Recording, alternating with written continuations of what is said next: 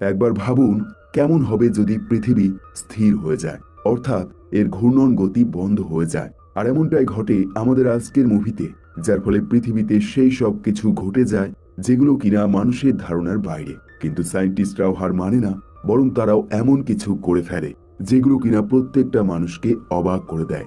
আর আজকের movie the core. Movie শুরু হয় বস্টন শহরকে দেখিয়ে, আর এই শহরের মানুষগুলোর সাথে দিন দিন অদ্ভুত কিছু ঘটনা ঘটছে।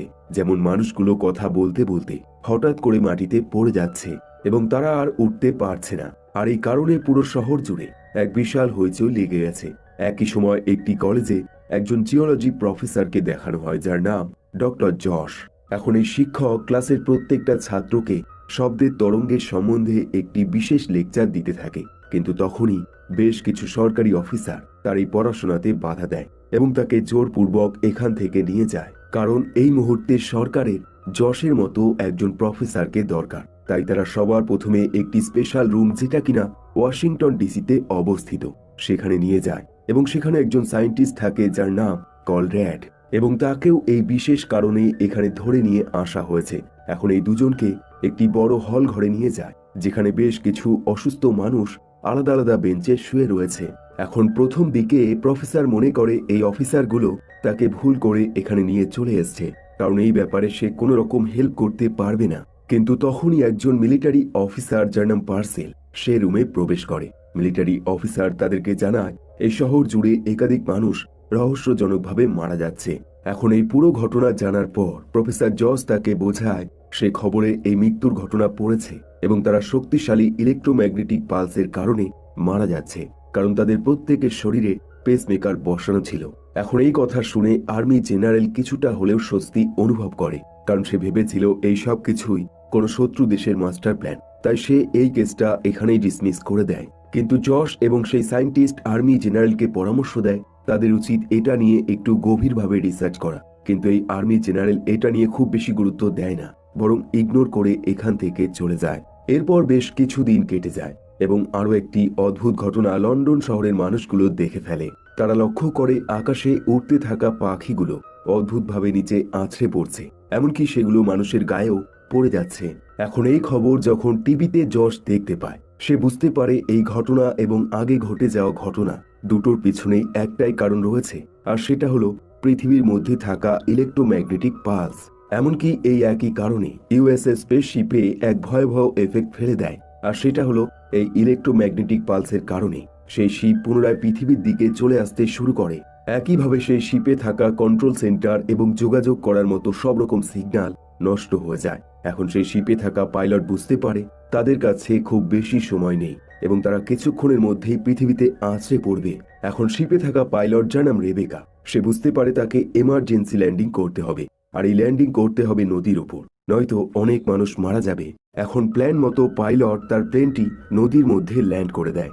যদিও এতে প্লেনটা ধ্বংস হয়ে যায়, কিন্তু এক ভয়ানক অ্যাক্সিডেন্টের হাত থেকে প্রচুর মানুষ বেঁচে যায়। অন্যদিকে জশ এই প্রত্যেকটা ঘটনা ভালোভাবে রিসার্চ করে এবং সে অবশেষে বুঝতে পারে পৃথিবীর মধ্যভাগে যে গলিত কোর রয়েছে এবং যেটা সবসময় পৃথিবীর সাথে ঘুরছে, সেটা বর্তমানে আস্তে আস্তে থেমে যাচ্ছে, অর্থাৎ সেটা ঘোরা বন্ধ হয়ে যাচ্ছে, যার ফলে পৃথিবীর চারপাশে থাকা ইলেকট্রোম্যাগনেটিক ফিল্ড নষ্ট হয়ে যাবে এবং সূর্য থেকে আসা রেডিয়েশনগুলো পুরো পৃথিবীতে ছড়িয়ে পড়বে, যেটা কিনা মানুষের জন্য খুবই ভয়ানক হবে। এখন এই ব্যাপারে সে সঙ্গে সঙ্গে সায়েন্টিস্ট কনর্যাডের সাথে কথা বলে এবং এই সব কিছু আলোচনা করার জন্য সে হাই র্যাঙ্কের অফিসারদের সাথে একটি মিটিং করে। জশ প্রত্যেকটা অফিসারকে এই পুরো ঘটনা ভেঙে ভেঙে বোঝায়। এখন এই অফিসারগুলো একটা জিনিস জানতে চায়, সেটা হলো এর সমাধান কি রয়েছে। তখন জশ জানায় এর সমাধান প্রায় অসম্ভব, কারণ পৃথিবীর মধ্যে থাকা সেই গলিত কোর গলিত লোহা এবং নিকেলের মিশ্রণ দিয়ে ঘেরা রয়েছে এবং এর তাপমাত্রা খুবই বেশি, প্রায় 9000 ডিগ্রি ফারেনহাইট, এবং একইভাবে এই জিনিসটা 2000 মাইল নিচে অবস্থিত এবং 1000 মাইল চওড়া, আর আজ পর্যন্ত মানুষ মাত্র 7 মাইল নিচে পর্যন্ত যেতে পেরেছে। এখন এই সব কিছু শুনে সেই সায়েন্টিস্ট যার নাম কনর্যাড, সে জানায় তার কাছে এমন একজন মানুষ রয়েছে যে কিনা এর সমাধান বের করতে পারবে। আর এই বলে সে আর্মি জেনারেল এবং জশকে একটি ফাঁকা সমুদ্র সৈকতে নিয়ে যায়, যেখানে তার পুরনো বন্ধু ডক্টর ব্রাজিলটন রয়েছে। আসলে একটা সময় কনর্যাড এবং ব্রাজিলটন একসাথে কাজ করত এবং সে ব্রাজিলটনের কাছ থেকে বেশ কিছু রিসার্চের আইডিয়া চুরি করেছিল, আর এই কারণে এদের মধ্যে বেশ ঝামেলাও তৈরি হয়েছিল। কিন্তু আজ পুনরায় এরা দুজন একসাথে হতে চলেছে।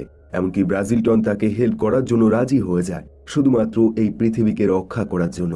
এখন ব্রাজিলটন প্রত্যেককে জানায় তার কাছে একটি উন্নত মানের ড্রিলিং মেশিন রয়েছে, যেটা কিনা খুব দ্রুত গতিতে মাটির নিচে গর্ত করতে সক্ষম। কিন্তু সমস্যা হলো, তারা যদি গর্ত করে পৃথিবীর একদম সেন্টারে পৌঁছায়, তবে সেখানে প্রচুর তাপমাত্রা থাকবে এবং প্রেসার থাকবে, তাই সেখানে কোনো জিনিসই খুব বেশি সময় টিকে থাকতে পারবে না।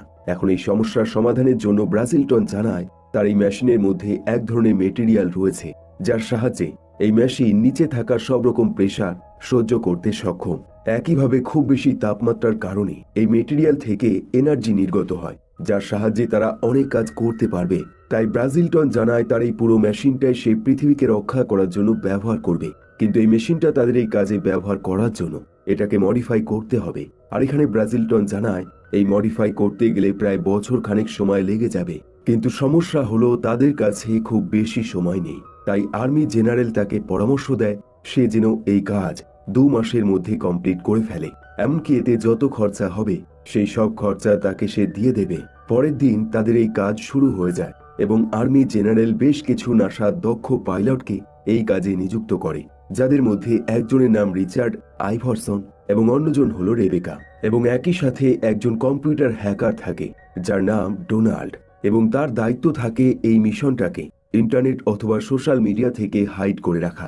এমনকি এই কাজে তার সাথে আরো অনেক মেম্বার থাকে এবং একইভাবে প্রফেসর জশও এটা ভালোভাবে হ্যান্ডেল করে। এখন এই কাজ শুরু হলে তাদের এই যন্ত্রটি একটি সাপের মতো দেখতে লম্বা যন্ত্রে পরিণত হয়ে যায়, যার নাম দেয় ভার্জিল, এবং এর মধ্যে একাধিক কম্পার্টমেন্ট থাকে। একই সাথে তারা প্ল্যান করে এই যন্ত্রটি তারা প্রশান্ত মহাসাগরের সবচেয়ে ডিপেস্ট পয়েন্ট ম্যারিয়ানা ট্রেঞ্চ থেকে লঞ্চ করবে। এখন এই কাজটা করতে গিয়ে যদি কোনো কম্পার্টমেন্ট নষ্ট হয়ে যায়, তবে এর মধ্যে থাকা অপারেটিং সিস্টেম অটোমেটিকভাবে সেটা ডিটেক্ট করে নেবে এবং সেই কম্পার্টমেন্টটাকে এই পুরো সিস্টেম থেকে আলাদা করে দেবে। এবং এই মেশিনটা যখন সঠিক স্থানে পৌঁছে যাবে, তখন এই মেশিন থেকে বেশ কিছু এনার্জি নির্গত হবে, যার সাহায্যে সেই পৃথিবীর মধ্যে থাকা কোর পুনরায় ঘুরতে শুরু করবে। বেশ কিছুদিন পর এই কাজ করতে করতে এই টিম মেম্বাররা আকাশে এক ভয়ানক বজ্রপাতের আলো দেখতে পায়। তারা সঙ্গে সঙ্গে তাদের সিস্টেমটা ভালোভাবে চেক করে এবং বুঝতে পারে এই বজ্রপাত রোমে ঘটছে। এদিকে রোমে এই বজ্রপাতের কারণে একাধিক জায়গায় ভয়ানক বিস্ফোরণ ঘটতে শুরু হয়ে যায়। এমনকি একটা সময় শহরের সবচেয়ে বড় বিল্ডিংটাও এই বজ্রপাতের কারণে ধ্বংস হয়ে যায়। এখন এই সব দেখে এই গ্রুপ মেম্বাররা বুঝতে পারে তাদের পৃথিবী খুব তাড়াতাড়ি ধ্বংস হয়ে যাবে। এমনকি তারা যেটা ভেবেছিল তার আগে এই জিনিসটা ঘটে যাবে। তাই তারা সঙ্গে সঙ্গে ডিসাইড করে নেয় খুব শীঘ্রই তাদের সেই ভার্জিল লঞ্চ করে দেবে। এমনকি সেটা তারা টেস্টিংও করবে না। এখন এই মিশনে তারা 6 জন মেম্বারকে বেছে নেয়, যাদের মধ্যে Josh, Iverson, Rebecca, Conrad, Head এবং ব্ল্যাক এরা প্রত্যেকে থাকে। এখন এই সব কিছু রেডি হয়ে যাওয়ার পর এরা সেই মেরিয়ানা ট্রেঞ্চ থেকে এই যন্ত্রটি লঞ্চ করে দেয় এবং এই যন্ত্রটি গতি থাকে স্বাভাবিকের চাইতে অনেক বেশি। এখন এভাবেই তারা 500 কিমি যাত্রা কয়েক মিনিটের মধ্যেই কমপ্লিট করে ফেলে এবং তারা বুঝতে পারে তাদের এই প্রতিটা মেশিন খুব সুন্দরভাবে কাজ করছে। আর এভাবেই একটা সময় তারা জলের গভীরে একটি বড় শার্ক দেখতে পায়। এরপর তারা একটা সময় পৃথিবীর পৃষ্ঠতলের সাথে এই মেশিনটি দিয়ে বড়সড় আঘাত করে, যার ফলে শক্ত পাথরের মতো বড় বড় পাহাড়গুলো ভেঙে ভিতরে প্রবেশ করে যায়। এবং একটা সময় সামনে তারা কালো স্পট কিছু দেখতে পায়। জস তাদেরকে জানায় এই কালো স্পটগুলো বড় বড় গর্ত, কিন্তু সমস্যা হলো তাদের এই মেশিনটি এই গর্তগুলো ডিটেক্ট করতে পারছে না। এখন তারা আরো গভীরে প্রবেশ করতে শুরু করে এবং একটা সময় তারা প্রায় পৃথিবীর কেন্দ্রের কাছাকাছি চলে আসে, কিন্তু সেই মুহূর্তেই তাদের এই শিপটা আটকে যায়। এখন এই পরিস্থিতিতে তারা বুঝতে পারে শিপটি তাদের ম্যানুয়াল ভাবে ঠিক করতে হবে, অর্থাৎ এই শিপ থেকে বেরিয়ে এটাকে ঠিক করতে হবে এবং এর বাইরে কোনো বিকল্প রাস্তা নেই। এখন তারা তাদের প্ল্যান মতোই কাজ করে। জশ, আইভারসন এবং রেবেকা তাদের স্পেশাল স্যুট পরে এই শিপ থেকে বেরিয়ে পড়ে, কিন্তু তাদের কাছে খুব বেশি সময় থাকে না, তাই তারা চারপাশটা ভালোভাবে দেখতে পারে না। এখন আইভারসন তার সামনে থাকা ক্রিস্টালটাকে কাটতে শুরু করে, যার জন্য তাদের এই শিপটা আটকে পড়েছে এবং বাকি মেম্বাররা এই শিপের বাকি ক্ষয়ক্ষতির ওপর নজর রাখতে শুরু করে। কিন্তু এসবের মধ্যে পাশে থাকা সুড়ঙ্গের মধ্যে দিয়ে এক ভয়ানক ম্যাগমা তীব্র গতিতে বেরিয়ে আসে এবং ক্রিস্টালের ছোট ছোট টুকরোগুলো তাদের উপর আছড়ে পড়তে শুরু করে। এখন এই সব দেখে এই ক্রু মেম্বাররা যত তাড়াতাড়ি সম্ভব তাদের কাজ কমপ্লিট করে ফেলে। কিন্তু তারা পুনরায় শিপে ফিরে যাবে তার আগেই আইভারসন তার কন্ট্রোল হারিয়ে ফেলে এবং সেই ম্যাগমার মধ্যেই পড়ে যায় এবং সঙ্গে সঙ্গে মরে যায়। প্রত্যেকটা মেম্বারই এই সব কিছু দেখে খুব বেশি ভয় পেয়ে যায়, কিন্তু তারা দুঃখ প্রকাশ করার মতো কোনো রকম সময় পায় না, বরং এই শিপ নিয়ে খুব তাড়াতাড়ি তাদের যাত্রা শুরু করতে হয়। এখন এই মেশিন যখন পৃথিবীর আরো গভীরে চলে যায়, সেখানকার তাপমাত্রা অনেকটাই বেশি থাকে, কিন্তু এতে তাদের শিপের কোনো ক্ষতি হয় না, কারণ তাদের এই শিপটা এমন একটি মেটেরিয়াল দিয়ে তৈরি যার ফলে তাপমাত্রা বৃদ্ধির সাথে সাথে এটা আরো কঠিন হয়ে যায়। কিন্তু তবুও এর মধ্যে তাদের এই শিপের পিছনের একটি কম্পার্টমেন্ট নষ্ট হয়ে যায়। এখন এই সিস্টেম অটোমেটিক ভাবে সেই কম্পার্টমেন্টটা এই শিপ থেকে আলাদা করতে শুরু করে। বাকি ক্রু মেম্বাররা ভালোভাবে জানে এই কম্পার্টমেন্টে তাদের গুরুত্বপূর্ণ কিছু ডেটা রয়েছে, যেগুলো কিনা তাদের সবশেষে মিশন কমপ্লিট করতে দরকার হবে। তাই এদের একজন মেম্বার যার নাম ব্ল্যাক, সে সেই নষ্ট হয়ে যাওয়া কম্পার্টমেন্টে প্রবেশ করে এবং প্রত্যেকটা ডেটা কালেক্ট করে নেয় এবং সেগুলো সে অন্য একজন মেম্বারের হাতে পাস করে দেয়। কিন্তু এমনটা করতে গিয়ে সে নিজে সেই কম্পার্টমেন্টে আটকে পড়ে এবং ফিরে আসতে পারে না, যার ফলস্বরূপ সেই পুরো কম্পার্টমেন্টটাই এই শিপ থেকে বিচ্ছিন্ন হয়ে যায় এবং ব্ল্যাক সঙ্গে সঙ্গে মরে যায়। এখন এই সব কিছু দেখে প্রফেসর জশ খুব বেশি হতাশ হয়ে যায় এবং মনের দিক থেকে একদম ভেঙে পড়ে।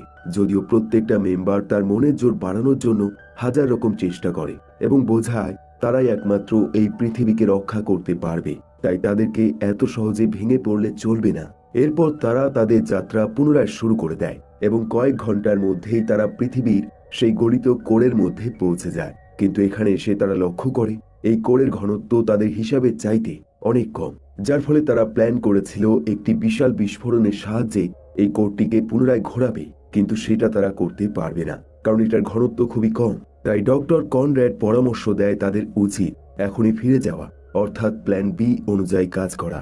আর এখান থেকে আমরা জানতে পারি প্ল্যান বি হলো ইউএস গভর্নমেন্ট পূর্বে তার শত্রু দেশের ভয়ানক আক্রমণের হাত থেকে রক্ষা পাবার জন্য একটি পাওয়ারফুল অস্ত্র তৈরি করেছিল, যার নাম ছিল ডেস্টিনি। এবং এটা এতটাই পাওয়ারফুল যার ফলে পৃথিবীতে ভূমিকম্প সৃষ্টি করতে পারে। এমনকি এই অস্ত্রের টেস্টিং করতে গিয়ে এই পৃথিবীর মধ্যেকার কোর রোটেশন বন্ধ হয়ে গিয়েছিল, অর্থাৎ পৃথিবীর এরকম অবস্থার পিছনে ইউএস গভর্নমেন্ট দায়ী। এখন এই সব কিছু জানতে পেরে এই শিপে থাকা প্রত্যেকটা ক্রু মেম্বার খুব বেশি অবাক হয়ে যায়, কিন্তু তাদের কাছে অবাক হওয়ার মতো সময় নেই, বরং তাদেরকে যা করার খুব তাড়াতাড়ি করতে হবে। ডক্টর কনরাড পরামর্শ দেয় তাদের প্ল্যান বি অর্থাৎ ডেস্টিনি নামে সেই পাওয়ারফুল অস্ত্রটি লঞ্চ করা উচিত, এবং এমনটা করলে ঠিক আগের মতোই হয়তো এই কোর রোটেশন পুনরায় চালু হয়ে যাবে। কিন্তু জশ জানায় এটা খুবই রিস্কের হবে, কারণ এমনটা করলে পৃথিবী প্রায় ধ্বংস হয়ে যাবে। তাই তারা সঙ্গে সঙ্গে এই ব্যাপারে কন্ট্রোল সেন্টারে কথা বলে এবং অফিসার পার্সেলের সাথে কথা বলে। কিন্তু অদ্ভুত ব্যাপার, পার্সেল জানিয়ে দেয় তারা যেন এখনই ফিরে আসে এবং প্ল্যান বি অনুযায়ী কাজ করে। একই সময় পুরো পৃথিবী জুড়ে ধ্বংসলীলা শুরু হয়ে যায়, কারণ পৃথিবীর চারপাশে থাকা ওজোন লেয়ারে ক্ষতিকর আল্ট্রাভায়োলেট রশ্মি প্রবেশ করে যায়, যার ফলে ইউনাইটেড স্টেটে থাকা গোল্ডেন গেট ব্রিজ ধ্বংস হয়ে যায় এবং একইভাবে সেখানে থাকা গাড়িগুলো এক এক করে ধ্বংস হয়ে যায় এবং অধিক তাপমাত্রার কারণে বেশিরভাগ জিনিসই গলে যেতে শুরু করে। এখন এই পুরো ঘটনা শহরের প্রত্যেকটা নিউজ চ্যানেলে ছড়িয়ে পড়ে এবং প্রতিটা নিউজ চ্যানেলে পুরো বিশ্বকে সতর্ক করে দেয়। একইভাবে এই সব কিছু দেখতে পেয়ে জেনারেল পার্সেল তার মিলিটারি টিমদের অর্ডার দিয়ে দেয় তারা যেন এখনই ডেস্টিনি নামে সেই ভয়ানক অস্ত্রটি লঞ্চ করে দেয়।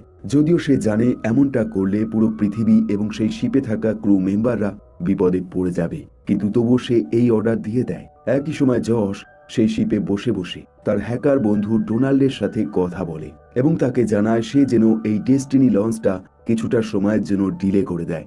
এখন এই প্ল্যান মতো ডোনাল্ড হ্যাকিং স্কিল ব্যবহার করে সে সেই ডেস্টিনি নামের মিসাইলের পাওয়ার অফ করে দেয়, যার ফলে জেনারেল পার্সেল এটা সহজে লঞ্চ করতে পারে না। এদিকে শিপে ক্রু মেম্বাররা তাদের পরের প্ল্যান কি হবে সেটা নিয়ে আলোচনা করতে শুরু করে দেয় এবং তারা প্ল্যান সি নিয়ে আলোচনা করতে শুরু করে দেয়। আর এই প্ল্যানটা হলো তারা তাদের শিপে থাকা প্রত্যেকটা কম্পার্টমেন্টে আলাদা আলাদা ভাবে বিস্ফোরক সেট করবে এবং সেগুলো একটি সমান সময়ের ব্যবধানে ব্লাস্ট করবে, যার ফলে এটা পৃথিবীর মধ্যে থাকা সেই কোরটাকে রোটেশন করতে সাহায্য করবে। কিন্তু সমস্যা হলো তাদের এই শিপের সিস্টেমটা এমন ভাবে তৈরি করা হয়েছে যার ফলে কোনো কম্পার্টমেন্ট তখন এই শিপ থেকে আলাদা হয়ে যাবে যখন তার মধ্যে কোনো বিস্ফোরণ ঘটবে বা কোনো ড্যামেজ হয়ে যাবে। তাই এটা করতে হলে তাদেরকে ম্যানুয়ালি প্রত্যেকটা কম্পার্টমেন্টে বিস্ফোরণ ঘটাতে হবে এবং এই পরিস্থিতিতে তারা যদি কোনো রকমে এই শিপের বাইরে চলে যায়, তবে তারা সোজা সেই গলিত কোরের সামনে পড়ে যাবে এবং যেখানে তাদের মৃত্যু নিশ্চিত। এখন এই সবকিছু জানা সত্ত্বেও এই ক্রু মেম্বাররা নিজেদের জীবন স্যাক্রিফাইস করে দেয় এবং একজন মেম্বার ডিসাইড করে নেয় সে এই রিক্সি কাজটা করবে শুধুমাত্র পৃথিবীকে রক্ষা করার জন্য। সে একটি শক্ত এবং মোটা স্পেশাল স্যুট পরে নেয় এবং তারপর তার সহযোগী মেম্বারদেরকে শেষ গুড বাই জানিয়ে এই কম্পার্টমেন্ট থেকে বেরিয়ে যায়। এখন যখনই সেখানকার দরজা খুলে যায়, সঙ্গে সঙ্গে এক ভয়ানক তাপ তার গায়ে আঁচড়ে পড়ে এবং তার হাতে থাকা অস্ত্রটা পুড়ে যেতে শুরু করে। কিন্তু এই কঠিন পরিস্থিতিতেও সে তার মিশন কমপ্লিট করে এবং ম্যানুয়ালি সেই বোতামটা প্রেস করে দেয়, যেটা কিনা এই কম্পার্টমেন্টে বিস্ফোরণ সৃষ্টি করবে এবং স্বাভাবিকভাবেই এটা করার পর সে সেখানেই মরে যায়। এদিকে ভেতরে থাকা মেম্বাররা নিউক্লিয়ার বোমগুলো প্রতিটা কম্পার্টমেন্টে সেট করতে শুরু করে দেয় এবং শেষে যখন তারা দুটো কম্পার্টমেন্টে এই বোম সেট করবে, ঠিক তখনই ডক্টর কনরাড বেশ আহত হয়ে যায়, কারণ তার হাতে থাকা নিউক্লিয়ার বোমটা খুব বেশি ভারী থাকে এবং সে চাপা পড়ে যায়। এখন জর্জ তাকে এই কঠিন পরিস্থিতি থেকে বাঁচানোর চেষ্টা করে। একইভাবে সে লক্ষ্য করে তাদের হাতে খুব বেশি সময় নেই, কারণ ইতিমধ্যে বাকি বিস্ফোরণগুলো শুরু হয়ে গেছে। তাই সে বাধ্য হয়ে কনরাডকে এখানে রেখে এই কম্পার্টমেন্ট থেকে বেরিয়ে যায়, কারণ তাকে এখনই এই কম্পার্টমেন্টটা ডিট্যাচ করতে হবে এবং এমনটা সে করে ফেলে। এরপর সে রেবেকার সাথে কথা বলে এবং তাকে জানায় তাদের কাছে আর যথেষ্ট নিউক্লিয়ার পাওয়ার নেই যার সাহায্যে তারা পুনরায় ফিরতে পারবে, অর্থাৎ তাদেরকে এখানেই মরতে হবে। এখন এই কথা শুনে এরা দুজন একে অপরকে জড়িয়ে ধরে। রেবেকা তাকে বোঝায় তার এই ডিসিশনে তার কোনো ভুল নেই, কারণ তার জায়গায় যদি সেও থাকতো তবে সে এমনটাই করত।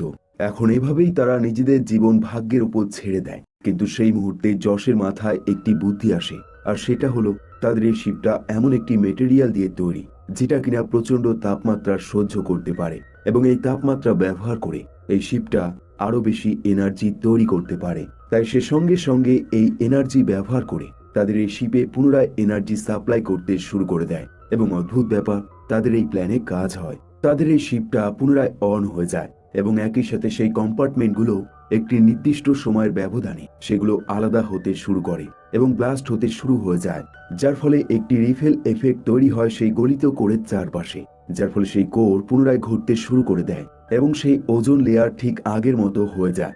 অর্থাৎ সেই লেয়ারে যেখানে যেখানে গ্যাপ তৈরি হয়েছিল সেগুলো পুনরায় ভরাট হয়ে যায় এবং একইভাবে সেই কম্পার্টমেন্টগুলোর ভয়ানক বিস্ফোরণের কারণে পৃথিবীর মধ্যে করা সেই গর্তগুলো ভরাট হতে শুরু হয়ে যায়।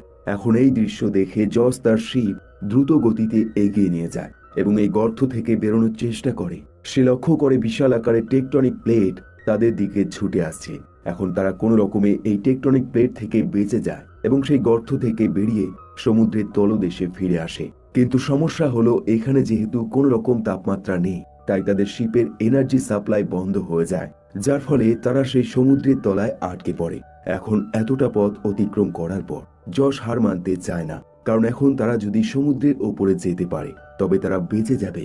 একই সময় ইউএস গভর্নমেন্ট একটি বড় জাহাজ সমুদ্রে পাঠিয়ে দেয় যাতে তারা এদের দুজনকে রক্ষা করতে পারে এবং এই কাজে হেল্প করে চারপাশে থাকা বড় বড় তিমি মাছ, কারণ তারা খুব অল্প এবং সূক্ষ্ম সাউন্ড এফেক্ট ক্যাচ করতে পারে। তাই তারা যশে সেই শিপের চারপাশে আওয়াজ করতে শুরু করে দেয় এবং এইসব দেখে সেই জাহাজে থাকা অফিসাররা খুব সহজেই এদের দুজনকে রক্ষা করে ফেলে এবং সবশেষে আমরা দেখি সেই হ্যাকার যার নাম ডোনাল্ড, সে অবশেষে পারমিশন পেয়ে যায় এই পুরো মিশনটা পাবলিক এবং সোশ্যাল মিডিয়াতে ছড়িয়ে দেওয়ার, যার ফলে এই মিশনে থাকা প্রত্যেকটা মানুষ সাধারণ মানুষের কাছে সুপার হিরো হয়ে যায়। তো এই ছিল আজকের মুভি। কমেন্ট করে জানাতে পারেন আপনার মতামত। সবশেষে ধন্যবাদ আপনাকে ভিডিওটি শেষ পর্যন্ত দেখার জন্য।